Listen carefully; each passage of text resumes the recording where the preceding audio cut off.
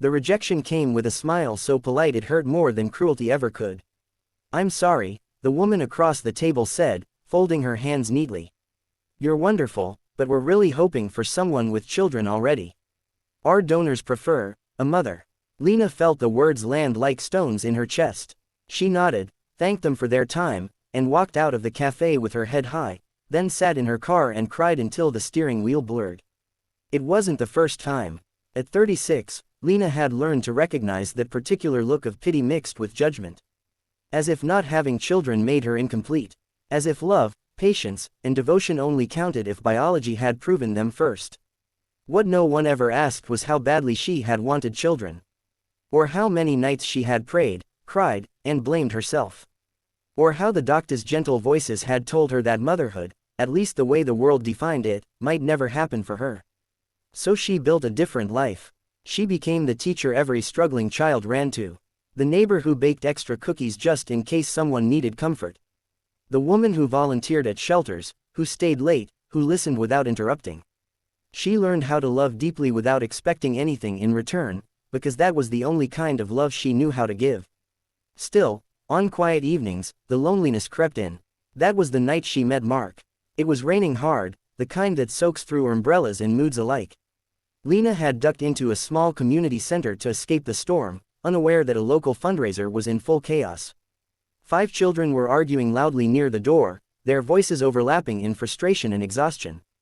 "Eli, stop pulling your sister's hair. I didn't touch her. She took my shoe." A man stood in the middle of it all, drenched, hair plastered to his forehead, eyes tired but kind. He looked like he was barely holding things together, and failing gracefully. Lena didn't think. She knelt down, picked up the missing shoe, and handed it to the smallest boy. "Hey," she said softly, "how about we all take one deep breath together?" To her surprise, they did. Mark stared at her like she'd just performed a miracle. "Thank you," he said later, as the kids settled with snacks. "Most people run the other way when they see all this." Lena smiled. "I don't scare easily." They talked while the rain fell. Mark told her he was a single father of 5, widowed 3 years ago after his wife passed suddenly from an illness. His world had collapsed overnight, and he'd rebuilt it with sleepless nights, packed lunches, and a love so fierce it sometimes terrified him. Lena didn't tell him about the rejections. Not that night. She just listened, and something shifted. They began meeting, by accident, more often. The park, the grocery store, school events where Lena volunteered. Slowly, carefully, she became part of their rhythm. Homework help. Burnt dinners turned into laughter. Late-night talks with Mark on the porch after the kids fell asleep. But fear lived between them. One evening, Mark finally said it. "I should warn you," he admitted, voice low. "People don't usually choose this. 5 kids, no free time, no space. It's a lot." Lena looked at him, eyes steady. "I wasn't chosen because I didn't have kids," she said quietly. "I know what rejection feels like. But loving people, that part doesn't scare me."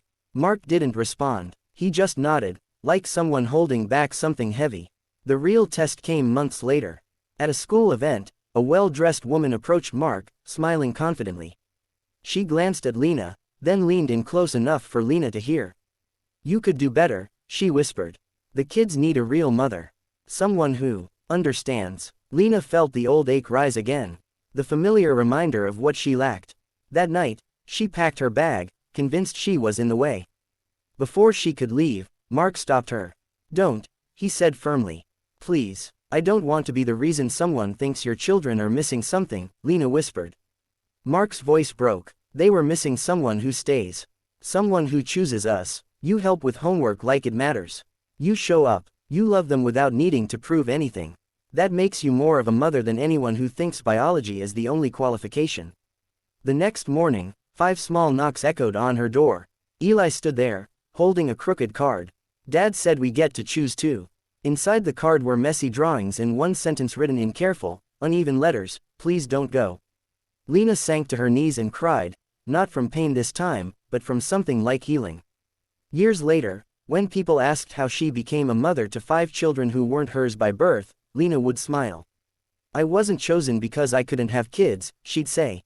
"I was chosen because love doesn't need permission." And in a world that often measures worth by labels and expectations, Lena's story became a quiet reminder. Sometimes the family you're meant for isn't the one you imagined. Sometimes rejection is just life clearing the way for a love big enough to choose you back.